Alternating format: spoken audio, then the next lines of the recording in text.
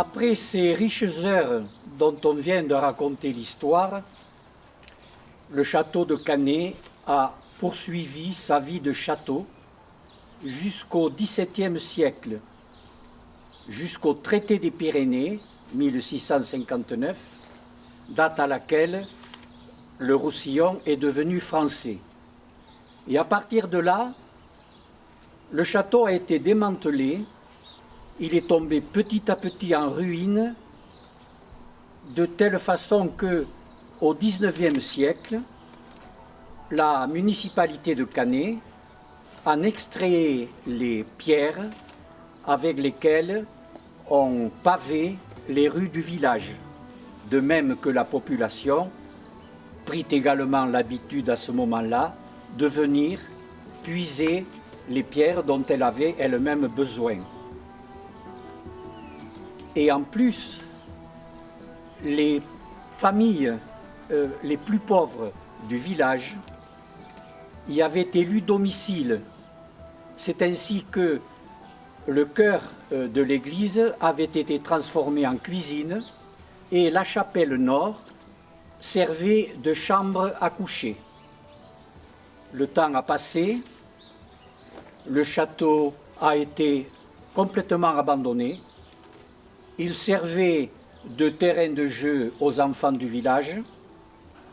Les lavandières venaient y étendre le linge, surtout les draps qui remplaçaient les vieilles oriflammes seigneuriales. Et puis, cette mort lente a inspiré un poète local qui a écrit un long poème sur le château, poème dont je me souviens des 3 premiers vers qui disaient ceci: « C'était un vieux château couronné de colombes que les vents de la mer battent de toutes parts et dont les lourds cailloux s'égrènent sur des tombes. » Dans la seconde moitié du XXe siècle, très exactement en 1964, une poignée de Cannetois, amoureux de leur ville natale et de son patrimoine, ont créé une association dont le but a été de faire connaître l'histoire du château et de sauver ce qui pouvait encore l'être. Ce qui fait qu'avec l'aide de la municipalité, des restaurations ont été entreprises et le château, petit à petit, a été restauré jusqu'à prendre la forme qu'il a aujourd'hui.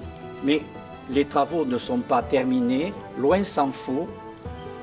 Et grâce à eux, en 2022, lorsque le soleil se lève sur la mer, ces rayons éclairent la chapelle Miramar ressuscitée comme une promesse.